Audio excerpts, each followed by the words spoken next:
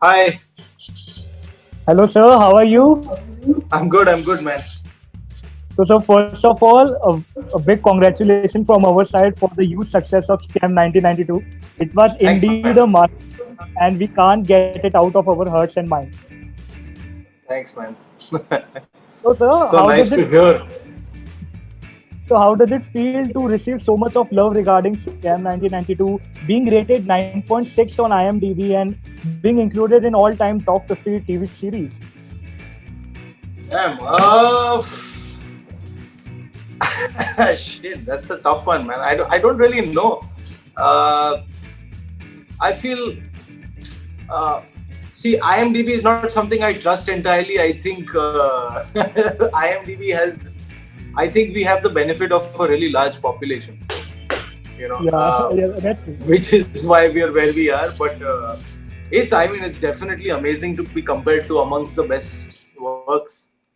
I mean, it's very humbling, to feel like when people say it's beating Breaking Bad and Chernobyl. I was like, yeah, the minute that article came out, I remember, we have this WhatsApp group where Samir Nair, the CEO of Applause Entertainment, and Danish Khan, who's the executive vice president of Sony, and he heads Sony Live, and Shaugato, who's the creative head of Sony Live, and Hansal sir and everybody. All of us are on this WhatsApp group, and I remember Danish posted this article to us, and my first response to that was like, कि sir बहुत हो गया मतलब ये कुछ भी मतलब No, Chernobyl और Breaking Bad कहाँ है यार मतलब we are nowhere close to achieving that. I feel, of course, yes, we did try and make an attempt to do something good, but I think we made the entire show on probably just the budget of what they shot their first episode on. The budgets are but unparalleled. People, they sent this article to us where it was like Chernobyl and Scam 1992 beats Chernobyl, and so I was like, rating अच्छा है तो कुछ भी बोल दोगे. Chernobyl and all are very superlative shows. We must have made a Scam 1992 practically on the budget of what they did their first episode on. We made the entire series in that much. There is absolutely no comparison. Of course, we were very ambitious with the project. I think the writers, Hansal sir, all of us, we definitely had great aspirations. We wanted to do a lot more. We wanted to shoot it, far more extravagant. But there are limitations, and we try and find the best way we can, say it in whatever we have. Make the best of whatever you have. Beggars can't be choosers.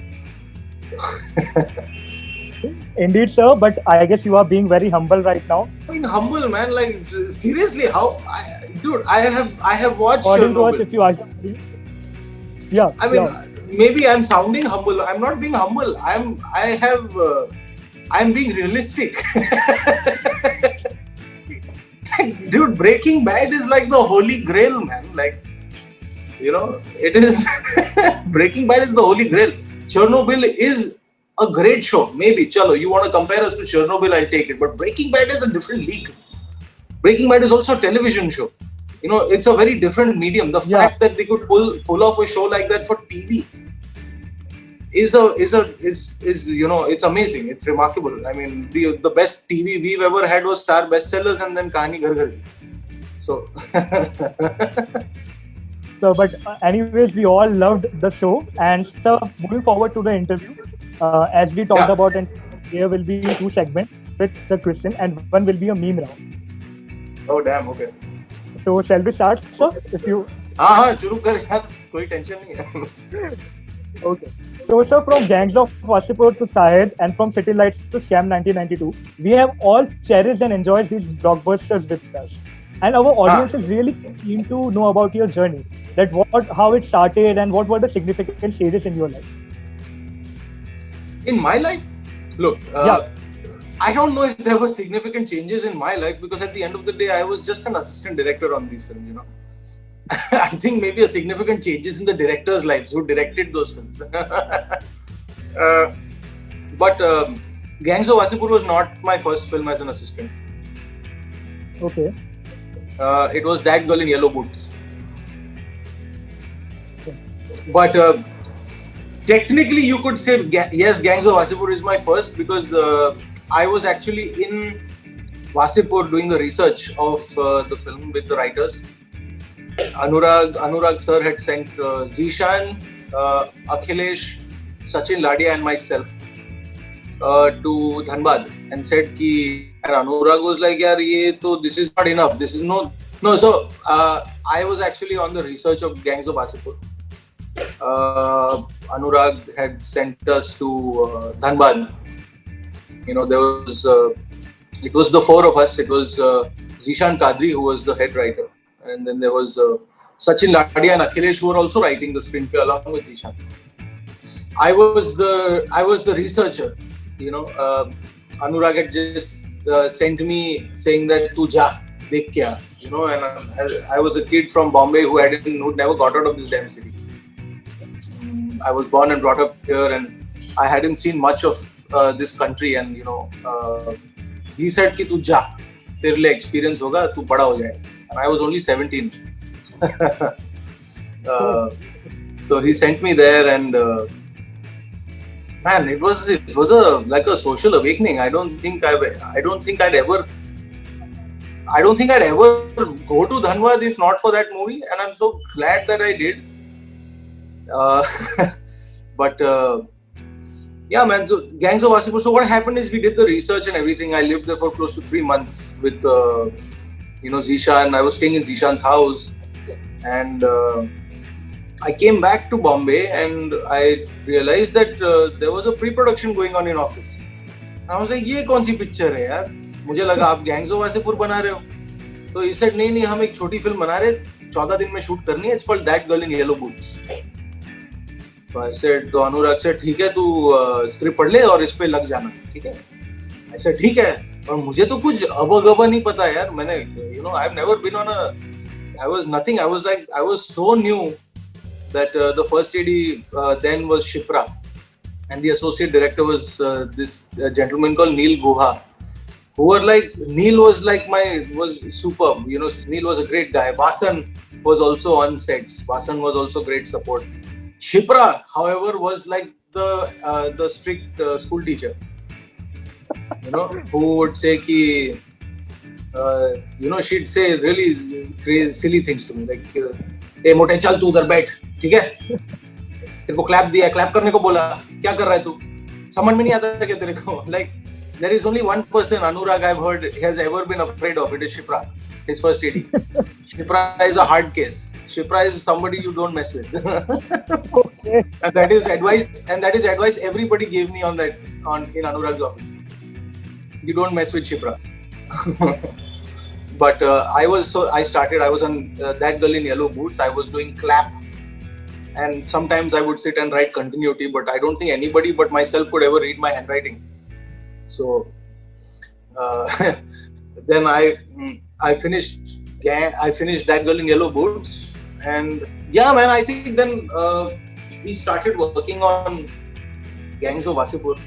And Gangs of Wasseypur was a long journey because Gangs started only when I must have been, I think, around 18 or 19 when we started work on Gangs of Wasseypur proactively. The scripting and everything started, and by the time the film was done, I was 21. I was 18 when it began. I was 17 when I went to Dhanbad for the first time, and I was 21 by the time the film we finished shooting. The film released when I was like 22, 23. So it was a very, very long journey with the film, and I think that long journey shows. And after I finished Gangs of Wasseypur, I worked on Shahid. And Hansal sir had taken a break from filmmaking because his last film was, I think, Woodstock Villa. So he said कि यार मुझे film नहीं बनानी है अभी, ठीक है, मैं जा रहा हूँ. And he was staying in Lonavala then. I used to live in Bombay. I used to hop around. I used to live at my friend Karuna's house, who was also an AD with us. Karuna Dutt. Then I would stay back in Anurag sir's office, or I would crash at his house, or I would stay at a relative's house. I really didn't have a place to stay in Bombay. My entire family had moved out of the city. Hansal sir was living in Lonavala. My grandparents shifted to Pune. So it was quite a hustle, but it was great fun, man. It was I think my founding years. I was a 20-year-old kid that didn't know what the fuck I should do with my life. Sorry, it's okay if I curse, right? Yeah, it's okay, totally fine. Sorry, slip of tongue, Freudian slip. So I was then Shahid happened, and I think Shahid is a story. Ansal sir was trying to make the film Omerta back then. He had finished writing the script, and I remember he'd given it to me to read, but Omerta never took off. So then he found the story of Shahid Azmi, and I started doing. So a writer, Samir Gautam, was brought on board. He was from Delhi. He came to Bombay. He was brought on board to write the film. And I used to go with Samir for research. I used to go meet the family. I went to court with him. So I feel as even as an assistant director, my aim in life I was very focused. At least I tried to be focused. My ways might not have come across as focused, but my aim in life was very focused. This is what I wanted to do. And even as an assistant director, I used to find it very imperative to be a part of the research process. I have never left a film without finishing the pre-production or the post-production of the film. I have seen every single film I've been a part of, all the way from its writing stage till its release date. I have never left a project in between, even as an assistant director. And I think it's a very important part of feeling like you're part of the team. You know what you're trying to say. You need to be in tune with the director you are working with. Share his vision, because at the end of the day, it's the director's vision. Yeah. Indeed, a great journey, sir. We all are really enlightened by your journey. Shahid then happened. Then after Shahid, I worked on a very interesting film. Actually, no. After Shahid, I worked on City Lights. City Lights happened very quick after Shahid, but Shahid was a long journey. We had a crew of 15, 18 people, and that's it. We made the film in 80 lakhs with a very small crew. I did everything from costumes to art design and everything. I got the locations, I handled the money, I was doing clap, I was doing continuity, I was doing everything. I was the only assistant director on the film. Okay. And then after that, we did City Lights. City Lights was a breeze, man. It was a breeze. We started pre-production in December, and the film released in April. Okay. It was like boom, boom, boom. It was that quick. It was a breath of fresh air compared to the films I'd worked on, because it was quick and it was very organized, and the producers were lovely people. Mukesh ji and Bhatt Saab and Masi, Kumkum Sehgal, who everyone in the industry calls Masi. They were like lovely, yeah. They were like family. They treated us really well. And then after that happened, I worked on a film called Ragini MMS 2. Don't ask why. Don't ask why. I can see you smiling. Don't smile. Frankly speaking, I haven't watched that movie actually. Ragini MMS. I haven't watched it. You're not missing out on much other than Baby Doll. But करना पड़ता है यार, पैसे कमाने पड़ते हैं. You have to pay your bills, no? Yeah. So but in all honesty, I think perhaps the most enriching experience I've been a part of. I had always been a part of, what back then was not regarded as mainstream cinema. Back then all of this was called indie cinema. Shahid was not mainstream. City Lights, the only thing mainstream about City Lights was the song मुस्कुराने की वजह तुम हो. Otherwise everyone said art house film है. अगर वो गाना नहीं होता तो वो पिक्चर कोई नहीं देखता. Yeah. even though it was a lovely film, and I think perhaps one of Rajkumar's best performances, which no one really watched his performance in that film, and I thought he worked really hard. You know, he worked very, very hard for that movie. And I think he hit it bang on. No, and he hit it bang on. He was better in City Lights than he was in Shahid. He was just newer and younger in Shahid. He was far more raw. By the time he reached City Lights, he had got a confidence. He had it was a different person. It was a very, very different character. Okay. Yeah, man, it did decently. And then I worked on Ragini MMS 2, where it was Sunny Leone, and I wanted to work in a horror film, and I thought this film would have been hidden camera, and तो मैंने बोला hidden camera film का assistant director बनना तो आसान है, एक बार camera लग गया तो काम एक्टर को ही करना है, मुझे क्या करना है, ठीक है. तो मैंने कहा ठीक है मैं कर दूंगा, क्यों नहीं करूंगा. I wrote to Ekta Kapoor and I said I'd love to be a part of this film. I'll just be that fly on the wall. You won't even know I'm there.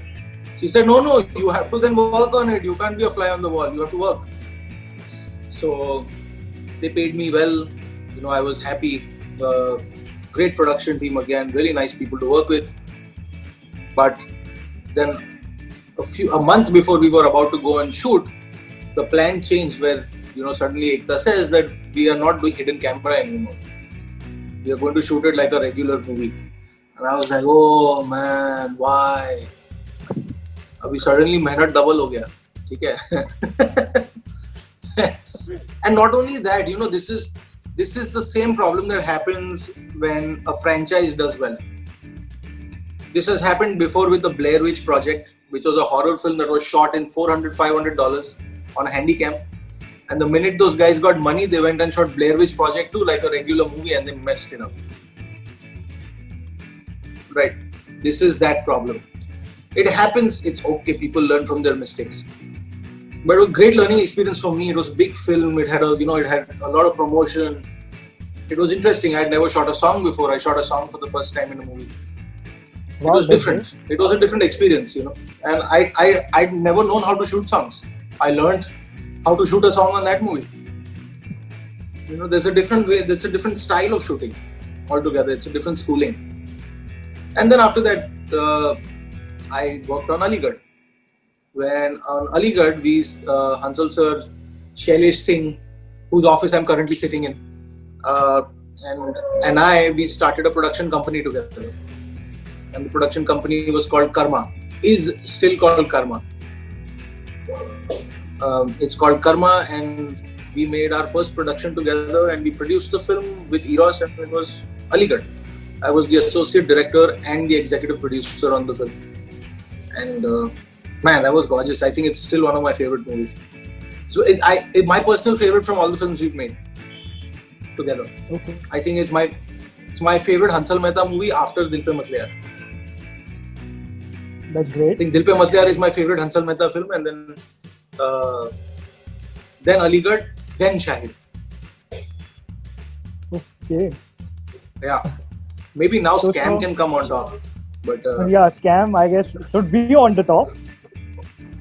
Scam should be on the top because it's my directorial debut. So and of course, sir, you did an amazing job. No doubt about it. Thank you, man. Thank you. I think it's all in the team, man. Again, Scam took 3 years to make. It didn't happen overnight. No, it wasn't that fast.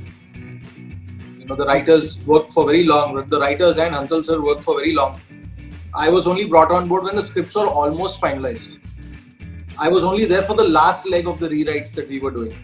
But they spent 1.5 years just developing that story, that book into a screenplay. And hats off to them, man. I mean, a director is only as good as his team.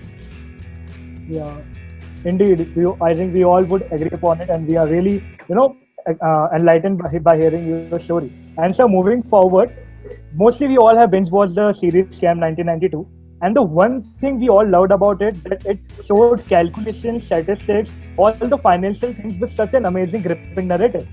So we all wanted to know how difficult and challenging it was for the team to come out with this. So the challenges were I think the first challenge was understanding what they are saying ourselves, Yeah. because I don't trade. I did start trading, but I only started trading so I could understand the world I'm trying to create. So when I was brought on to scam, मैंने अपना पहला demat account खोला. मैंने कहा चलो थोड़ा trading करते हैं, फिर पता चलता है, पता चलेगा करते कैसे, होता क्या है, ये गेम है क्या, मुझे अभी तक नहीं पता, लेकिन ठीक है. I still don't know how the hell it functions. It's a very very vast. Trading is not the business of money or bonds and shares. Trading is the business of information. Information is what you are buying. You are not buying stake. Everything is so dependent on information. If you are being told that Tata is going to go up tomorrow, you will go and buy Tata. You will go and buy Tata right now. Why it's going up and all is something your questions you should be asking, but you don't ask. And that is exactly the advantage Harshad used. Yeah. Harshad took advantage of that. So I feel in our process, the first thing was understanding how the stock market works. And a really big help in that was, one, the screenplay that was devised. Two was Saurav Dey, who's also the writer who's the screenplay writer along with Sumit Purohit. Saurav's pet name in FTI when he was a student there, his name was Google Day. Saurav is like this hub of information. Saurav knows everything. And even if he doesn't, he is confident enough to bullshit through it. Okay. Saurav is a master at, and if Saurav ever finds out he doesn't know something, man, he's going to prove you wrong the very next day. Okay. He's going to sit all night. He won't sleep. He will stay up for 2 days straight. He will learn whatever he can, and he will come back and practically turn into a professional in that field. That is Saurav. And Saurav is the one who actually sat us down, explained how these trades happen. Because Saurav has also been trading for long. Saurav, so I feel the stock market wasn't something that was that much of a worry, because theoretically to samajh mein hi aata hai. I think the real challenge was explaining the money markets. Indeed. Money markets are a slightly more complex industry. It is the buying and selling and trading of bonds and securities between banks, government securities being traded through government, cooperative and private banks. It is a slightly complex thing, but mota moti, this was our approach. My approach happened through books. It happened through movies. I did a lot of reading. I did a lot of research. I read up about, there's very little about Harshad's scam other than just theories. No one really knows the truth about how it exactly took place. Everyone just knows that this is what he must have done to do this. So filling in the gaps is something we had to do. So And indeed, process to yahi tha. And then ultimately, then you have a showrunner like Hansal Mehta, who is from that time. I was 1 year old when the scam happened. I don't know shit. Yeah. I only know as much as I'm reading or as much as I'm watching. I watched everything possibly related to, a financial market or a financial drama. I tried watching everything and nothing could still explain this to me. I had to make my own version of it. I had to make it up in my head and tell myself this is what exactly might have happened. But Hansal sir, being from that time, having experienced all of this firsthand, was of course the main support in the research and in recreating it. My expertise comes in how do we shoot this as a montage? How do we convincingly tell this montage well? How do we shoot the trading ring sequences? How do we make the trading ring? I found all the locations. I sat on casting, the costumes, everything, and my references came purely from books, because there is only so much you can get on the internet, and the internet is not always 100% correct.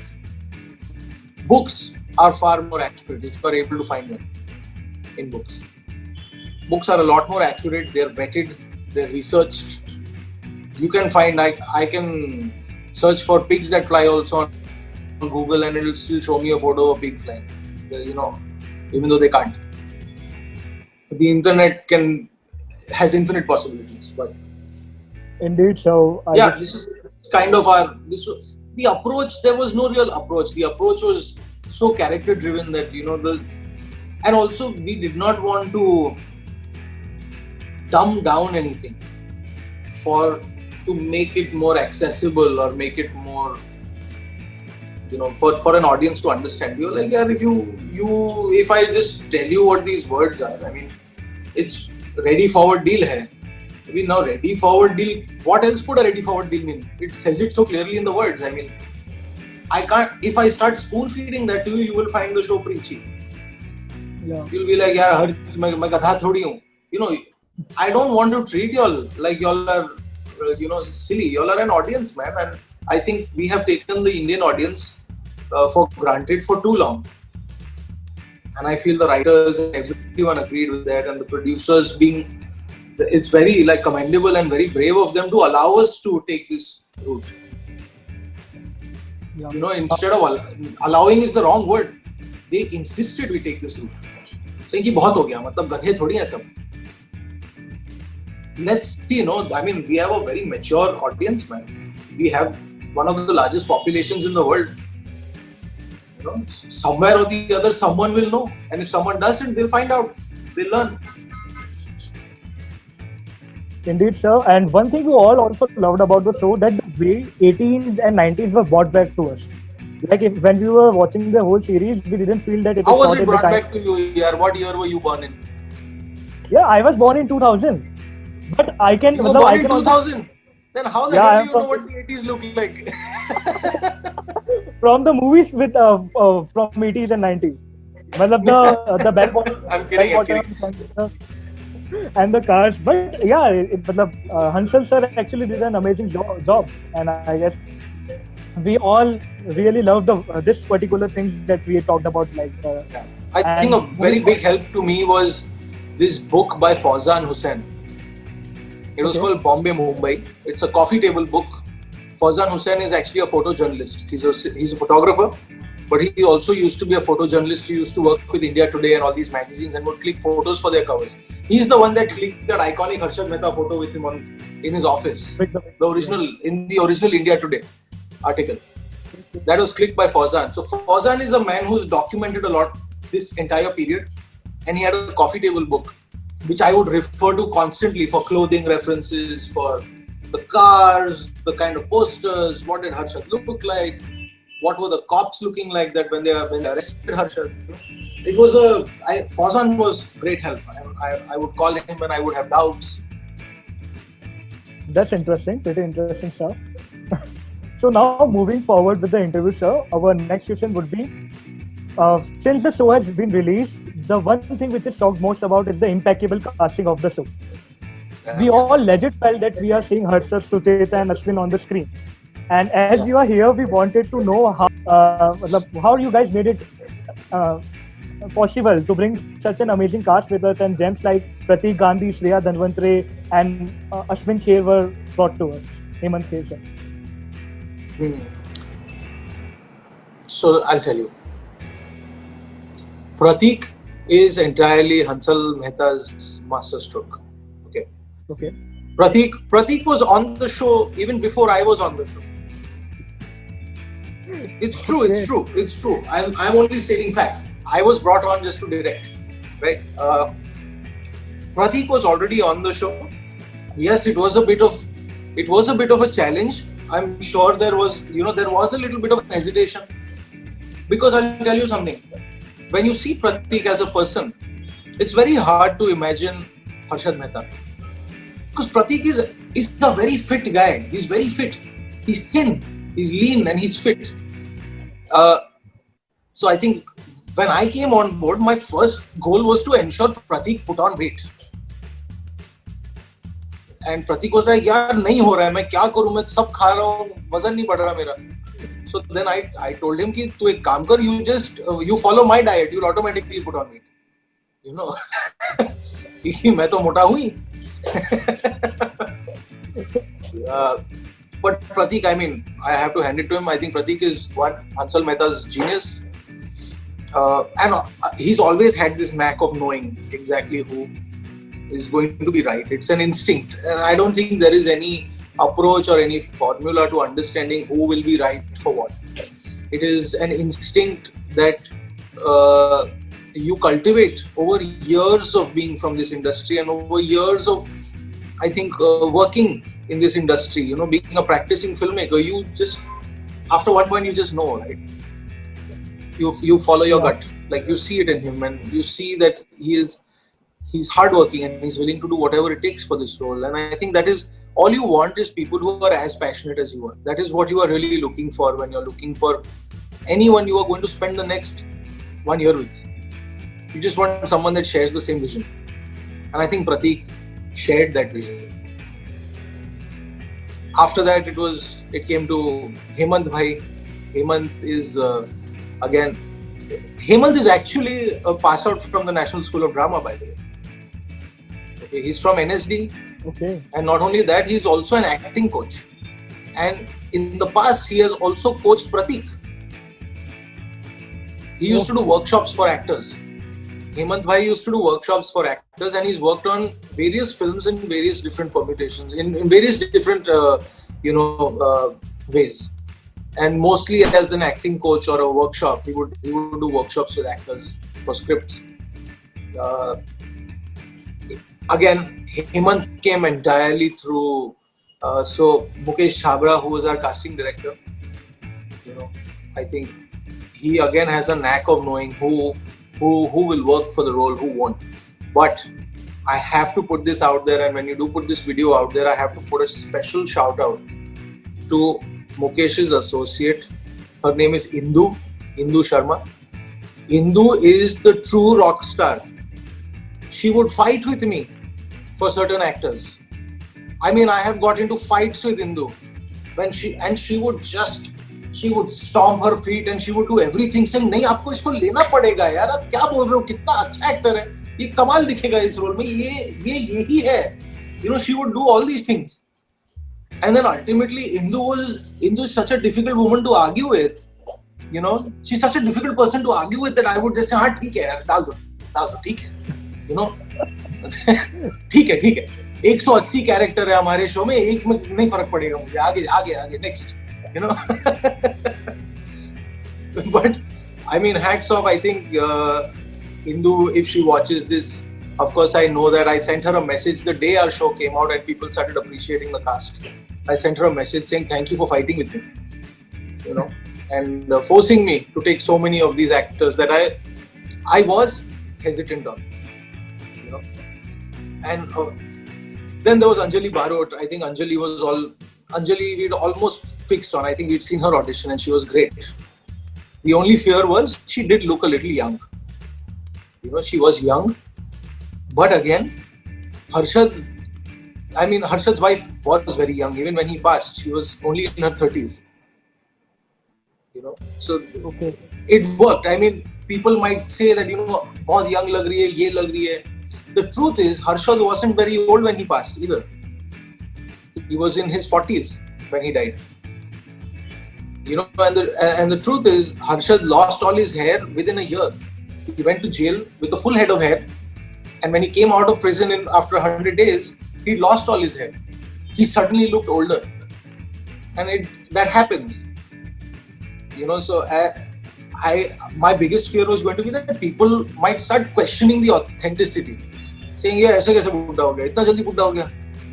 ऐसे कैसे होता है?" But ये fact है. ये ऐसा ही था. So we tried to stick to it as authentically as we could. When it came to Shreya, now Shreya's, we had auditioned a lot of actors. Name them because it's unfair, but man, Shreya was just fantastic. I don't even know how to say it. I remember the first time I was at Mukesh's office with Indu, and she was running me through some of the screen tests. And again, I believe in fair trial. I feel everyone should get a chance, and it is up to us as makers to decide who works best for the role. And honestly, I think we had reached a point where we were not specifically looking to cast somebody that looked identical to Suchitra. We were looking for somebody who was just a great actor, because Pratik was so good. We needed somebody who could be better than him. And Shreya's audition, matlab, I was floored. Man, matlab, I was down. He lost it. And the first scene in the show when, Sharad Bellari, Sharip walks up to her, that was her audition. That's the scene that she auditioned for. And she was great.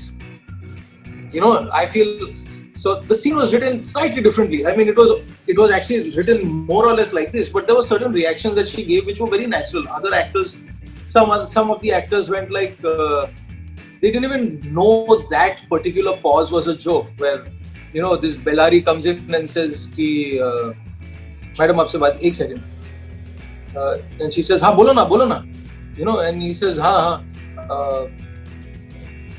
schedule पे रहना चाहिए, he says that. And he said, नहीं, आप यहाँ क्यों है, ये बताइए. She says that in the first episode. आप यहाँ क्यों है, ये बताइए. Yes. Now that timing that she had, I think, is where I was sold. Now the challenge for me was to sell this idea to Hansal sir. Saying that, but I don't think it was tough. I just showed it to him, and he was like, "You're right. She's the one." Tell the producers to talk to her. Let's lock her. Finish it off. And I feel the producers also had a look at it. Applause had a look at it. Everyone. I think unanimously across the board, we all agreed that Shreya was the best way to go. We were looking for somebody fresh. We were looking for someone that had an inherent anger. And also Shreya, extremely smart, man. And she's a great reader, by the way. Also a very good writer. And now a very good filmmaker, because she made a series during the lockdown. Wow, that's amazing. So Shreya is not an actor. Shreya is a filmmaker. She just happens to be a really good actor as well. Okay. And I think that is very important. You need to know everything. Yeah. There was Shreya. Then Sharip was an impulsive call. I had met Sharip, just hi, hello, here and there, and the first time we'd met, which was much before our show was even in talks, Sharip and I hit it off. And I think when the role of Bellari came, I just called him and I said, Sharip bhai, मैं आपको ज़्यादा बताऊंगा नहीं, बस इतना बताऊंगा कि मैं आपकी इतनी इज्जत करता हूँ कि मैं आपको खराब रोल नहीं दूंगा. बस आप आ जाओ सेट पे. And all Sharip said was, मुझे डेट बता दो, मैं पहुंच जाऊंगा. That is all he said. So there is no. I mean, these are just really nice people, man. I mean, it's hard to not want to wake up every day and go on set to be with these guys. These guys are just so much fun to be with. And I mean, there were so many. I mean, I don't even know where to start. With the kind of actors. I'll give you an example, a very interesting example of how we cast Gemini Pathak as Sita Raman. Okay. Yeah. Sure, we would love to hear. Now, Gemini Pathak is actually, he's a Gujarati. Okay. He's Gujarati. He is not a South Indian. He's a Gujarati theatre actor who's acted in a lot of Gujarati films and done a lot of Gujarati theatre. Okay. I don't think he's ever played a South Indian, at least not to my knowledge. But I had watched this one film. During our pre-production, Pratik had kept a screening of a Gujarati film he'd worked on, and the film was called Dhunki. Okay. And I went to PVR Juhu to watch it. I was 10 minutes late because I was wrapping up from our office in Malad and then rushing all the way to Juhu PVR just to make it in time for the screening. But lucky for me, I didn't miss much. I sat through the film. And Gemini Pathak has one scene in the entire movie. In that film, Gemini Pathak is playing this one guy who's a tech giant. And Pratik Gandhi is playing this struggling... He's this man who has left a comfortable corporate job to pursue his dream of being a chef and making dabbas and doing a dabba delivery system. This is the film. मतलब वो धुन की है, you know. He suddenly just he twists and it starts affecting his marriage. You know, it starts affecting his relationship with his wife. He has a kid, he has a wife, you know, and she has to deal with, you know, this new struggle that he has to do. And he then designs an app and says, you know, I need funding to design this app. I want to do something. Gemini Pathak had one scene, and he was so goddamn good. He was so good. So I remember I walked out of the screening, and I still remember his character's name was Shroff in the film Dhunki. I remember his character's name. He was Shroff, and I walked out and I told Pratik, I said, dude, who is this guy? He's fantastic. So I met Indu the other day. Then the next day I go back to casting before I head to office. I go to the casting office and I tell Indu, I said, listen, try and get Gemini Pathak for any role in the show. Any role. I said, anything. You know, we hadn't cast Bhushan Bhatt's character yet. You know, we hadn't cast Pranav. I said, but get him for something. We have so many characters. This guy has to be there. He's got eternal swag. And actually, Gemini is a very good looking, you know. You look at him on Facebook. If you look at his profile picture on Facebook, it'll look like his Tinder profile. He's like a good looking guy wearing dark glasses and all. You know, he's very slick and suave and fair. But I think somewhere we just felt like it could be interesting to have. So I think Indu, I don't remember clearly how it happened, but I think either Indu auditioned him or I had just hinted saying that, you know, let's try him for any role. And I think she auditioned him for the character of Sitaraman. And it just worked, yeah. You know, his accent was a little extra in the audition. But it worked, you know, and we weren't trying to make something very realistic. We weren't trying to do no documentary-like work, you know. We were trying to make something that was fun and engaging for people to watch, that people could also laugh at and have a good time. And Gemini hit the J spot, like. He was great. Whenever we saw him on the screen, we automatically had a smile on our face. Yeah, he's great. He's hilarious. Look at him. Like, yeah. Sir, आप आया, मैंने सबको invite किया, कोई नहीं आया, आप आया. Thank you so much, sir. That line दिया नहीं है हर्षद के पास. That entire scene, it's so good, right? Indeed. I mean, hats off, all of them. Such touchwood, man. I mean, we had such good actors, and I can't wait to work with them again. I just wish this story didn't end. You know, just so we could make a second season and have these same guys again. Okay, so this here comes a very interesting part. I have been reading articles all the time about this, and I myself am a chartered accountant aspirant. So okay. I am also very interested, and I wrote an article about Harshad Mehta 1 year ago from now, really? Describing the whole. Yeah, and there was a name Ketan Parekh, and what we guys are expecting is a season 2 on Ketan Parekh. Is it something we should look forward for? See, you know, now I'll tell you what happens. The fact that y'all are expecting season 2 to be on Ketan Parekh is the exact reason why we will not make season 2 on Ketan Parekh. Because we don't want to give y'all something y'all are expecting. Okay. It has to be unexpected. No, otherwise what's the fun? Who expected the Harshad Mehta story to be like this? No one expected it. It's the beauty. It's the element of surprise, man. We are in the film business. You know, you want to be challenged even as a viewer, right? You don't want to go like we've already done Harshad. I mean, you know, Ketan Parekh, yes, it's a story definitely worth telling. Much more money involved. The stakes were much higher. He was a very different personality altogether. But maybe soon, yes. It is definitely on the cards, I'll tell you that much. It's on the deck. It's just a question about when. That is something I cannot tell you. Even if I know when. Okay. And one more thing. I was personally confused. Is Bhushan based on Ketan Parekh or Pranav Seth is based on Ketan Parekh? Or nobody is based on Ketan Parekh? That is precisely what we want you to think. Okay. No, We want I you to was, think that. We trying want to you to think that, but no, it is not based on Ketan. both of them are not based on Ketan. Maybe they are. Maybe they are. Maybe. Okay, so Maybe. But no, it's not. It can't be Ketan Parekh because Ketan Parekh was not so closely associated to Harshad. Yes, he was around. He was around during that time.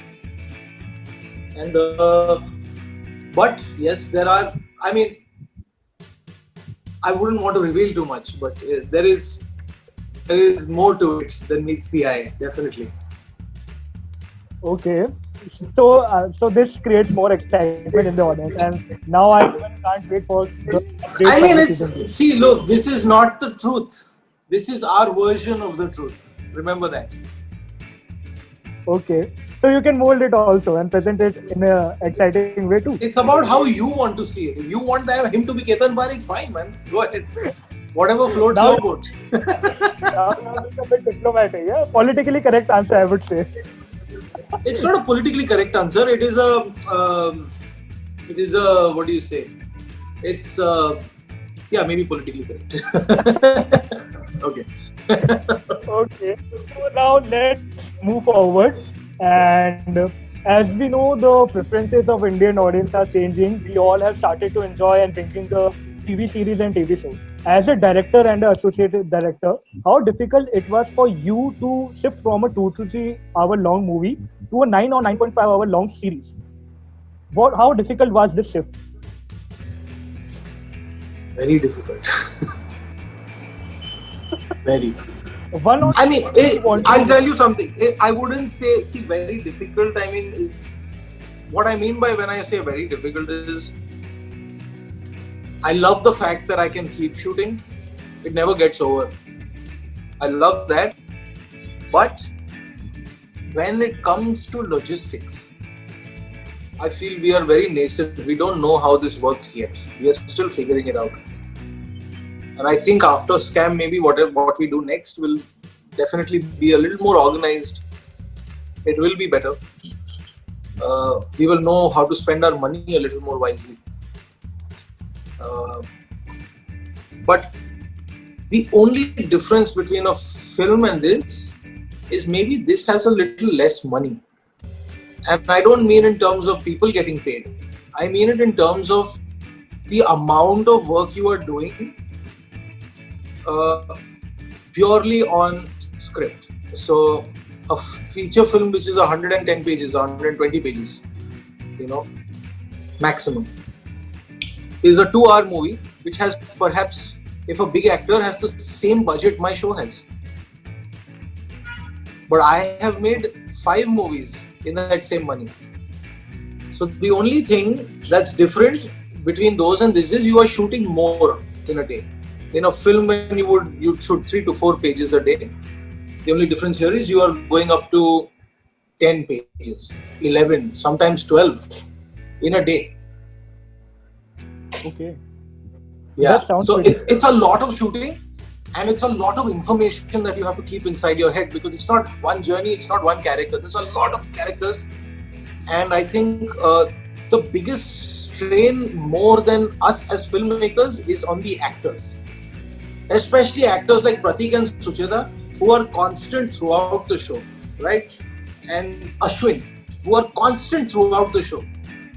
What happens is, now say for example, I'm shooting a scene in this house. Now his house in Madhuli Apartments, which we've shown in the, or his office, for example, his final office in Nariman Point. Now that office is coming in episode 5, episode 4, episode 5, 6, 7, 8, 9 and 10. Now I will start shooting in the morning at 9 a.m. I will start with a scene from episode 4. Then by afternoon, I will move to a scene from episode 9 and then maybe go back to episode 7. So this conscious understanding of what the character graph is in episode 9 versus what the graph of the character is in episode 5 is something that you have to keep reminding yourself So it's not about just reading that scene and knowing what happens. You have to read that episode and understand that, wait, what part of the episode is this scene in? So I know how he has to perform here and know that he's doing it right. So it's that constant, it's just having a lot of information in your head. But if you are planned enough, you already know in advance. I mean, you always know what you're shooting the next day. So you go back home, you do your homework. You know exactly what I'm supposed to do in this scene, what I'm supposed to do in that. This scene comes after that scene. So the actors have to perform like this.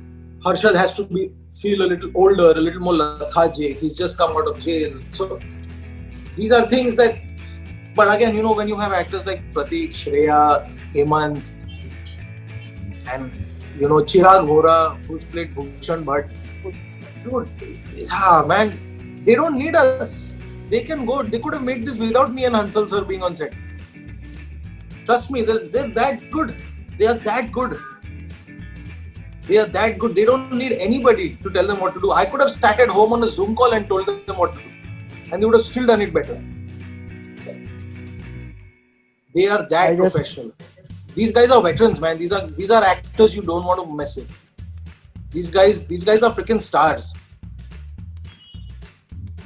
We could all sense the energy and the professionalism and the quality of work these guys have done in the whole series. Absolutely, and now man.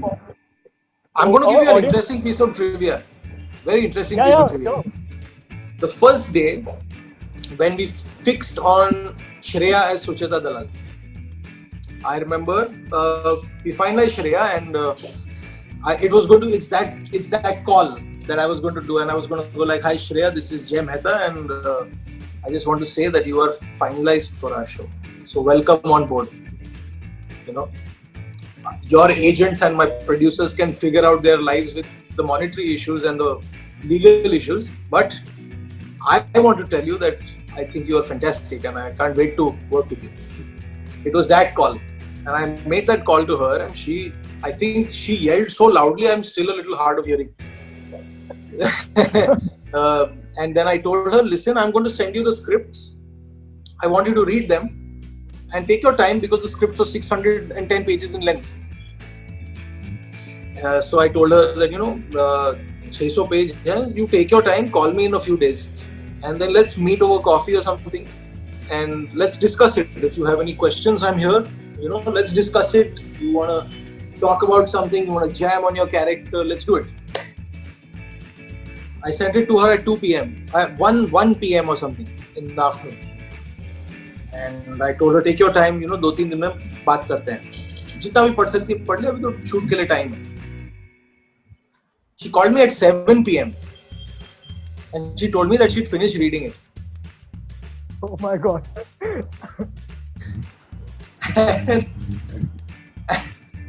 I couldn't really believe it. I was like, okay, are you sure? Did you really read all the 10 episodes in 6 hours?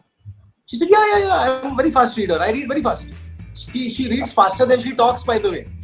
Okay. And she's a very, very fast reader. It's scary fast. But so then she called me at 7 p.m. or 6 p.m. and said, खत्म हो गया, मैंने पढ़ लिया, चलो coffee पीते हैं. तो 7:30-8 बजे हम जुहू में एक कैफे पे मिले और बस बातें करने लग गए फिल्म के बारे में. And then, yeah, man, you just know, na, it just works. I mean, she's great. Yeah, I mean, she's so much fun. She's like family now. She's amongst my closest friends now. She, Pratik, we're all like, we're such close friends. We've spent an entire, we've spent close to 14-15 months together, through this project. And yeah, and that's why we do what we do. Nice. I guess I have got a lot of material that can go viral from this interview.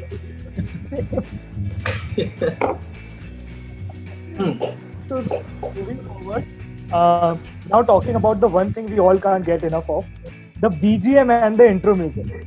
Like it is so addictive. Yes. It is so addictive that people have set it as their ringtone, and Achint has really done a great job. And now, as you are here, I don't want to miss the chance and ask you the story behind producing this amazing track. Like, tell us what was the experience and the story. I'll tell you. I have known Achint for donkey's years. Achint and I were like college friends. Okay. I have known Achint since Achint was in a band called Rosemary. He was a popular college band, and I don't know if you know Harshvi Oberoi, the cinematographer. I don't know. He's the cinematographer of Arya, the show. Okay. So we're school friends, right? All of us. Achint is someone I have been wanting to work with for years. Years. I mean, I have been trying to force Achint into Hansal's films also for very long. Saying कि यार बात तो कर लो, मिल तो लो. और इस बार तो मतलब क्योंकि I am also directing this show, इस बार तो मैंने बोला कि देखो अचिंत ही करेगा. बहस मत करो मेरे साथ, ठीक है? मैं इसको ला रहा हूँ और ये अच्छा है, इसकी गारंटी मेरी. And anyway, we were looking for new people. We wanted young energy. And what better than Achint Thakkar, who's a Gujju himself? He's a Gujarati one. He's far more Gujarati than I am. I can assure you of that.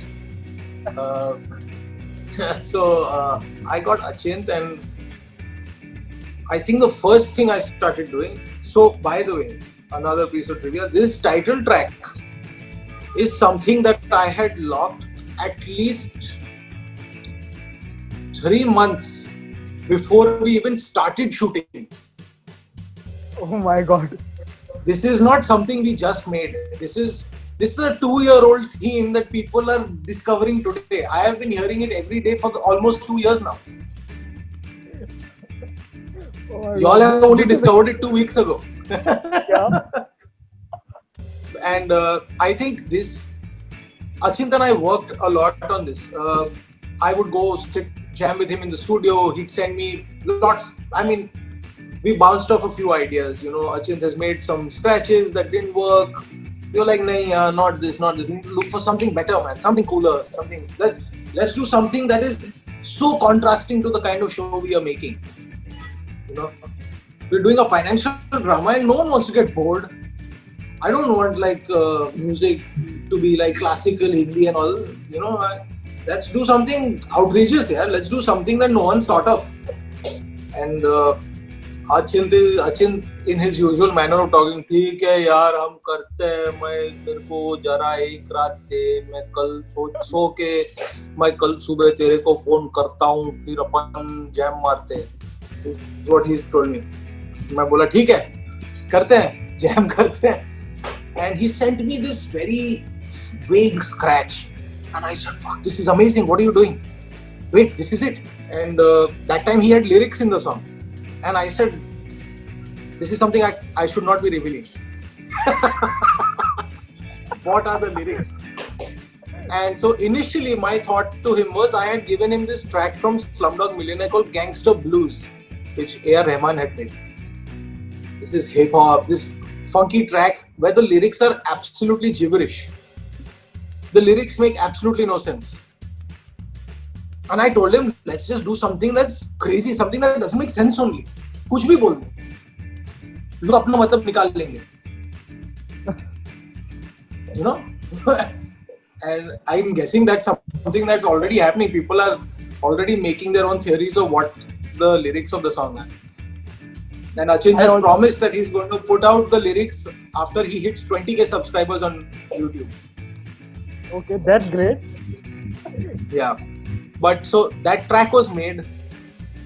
And then after that, I would actually, so I rely on music a lot. Personally, I need music to even get into a scene. And there were times I would actually play this track on set for the actors, just to psych them up. You know, so that entire shot where the three of them are walking through the corridor and Harshad is adjusting his ring and they're walking into their new office. I played this song just so they could get into the mood. We had a small speaker, Bluetooth speaker, उधर लगाया, मैंने गाना बजाया, बोला अब चलो, action. So that's great. It was that, and Achint made a lot of different scratches which I would constantly keep listening to on set. I would make Hansal listen to them. and Ansal sir and I would just like jam, and then after that, then I think then Achint only got active after the edits were locked, because I had more or less already set the tune, saying ki this is correct, this is what it is. Now everything has to be in a similar zone, but I don't want to be repetitive. Yes, we had preferences. I forced him to watch Succession, and I said, "Look at how cool that music sounds there. You know, watch The Big Short, see the music, see how it's incorporated into the screenplay." Achin did all that, you know, and our initial approach was to have one core theme, and then everything be renditions of it. But I think then somewhere we realized that our show is too long and it's getting too monotonous. And that's when we started experimenting a little more. But again, I mean, this is Achint's genius. You know, if I call Achint and I say, Achint, यार ये नहीं काम कर रहा है, ये बदल और मुझे परसों कुछ और भेज. उसका परसों 7 दिन बाद आता है. But ठीक है, worth the wait. You know, I have absolutely no complaints. I am more than happy waiting if this is what I get. The comments on that video which Achint has uploaded on the YouTube are hilarious. One guy has written that I played this song in front of my dog and now he is the big boy. Yeah. So they are just hilarious and enjoyed. Achint तो rockstar बन गया रे. Achint बड़ा आदमी बन गया अभी. Indeed. मैं उसको मेरे फिल्मों के अलावा और कुछ करने ही नहीं दूंगा. सुन रहे हो, जो भी ये पॉडकास्ट देख रहा है ना, मैं अभी बता रहा हूँ, अचिन तुम्हारे साथ नहीं करेगा काम. Okay, that's quite a statement. Yeah. नहीं, वो करेगा, लेकिन पहले मेरे साथ करेगा. बाकी सब बाद में पहले जैसे. So yes, sir. Moving forward, this is the last question of our general round, which we want to which we would like to ask you. So we all have noticed that in all the films and all the series you have been working in, the stories are pretty real and they relate to people directly. So is there any personal inclination or personal issues towards these kinds of stories and people? See, again, the films I was an assistant for, I can't really speak for it because I was an assistant. But if you ask me if yes, I am intrigued by stories based on the marginalized, you know, I love migrant stories. And I think there is so much to say. I am, you know, I always say this and I've said this before, I'll repeat it. I am in the endeavor of making socially conscious cinema. I have been a part of films that are socially conscious. I mean, we can't be tone deaf, not in times like these. I feel I wouldn't say it is a filmmaker's responsibility to be, you know, not every film has to mean something, but that being said, you can't also be tone deaf. You can't be tone deaf and you can't be ignorant. No one's saying you need to know everything. Just don't be ignorant enough to not know anything and still make a comment. I mean, know what you're saying or don't say anything. It's fine. There's nothing wrong with it. Just don't mock it. Okay, that's. I do enjoy human stories. I enjoy them. I feel there is so much to explore in them. It's a personal preference. I don't think I haven't done enough to know what my genre is. I don't think I have a genre. My genre is drama, and drama can be comedy, it can be horror, it can be action, it can be adventure, it can be love, it can be romance, it can be anything. Drama is everything. Drama is not a genre.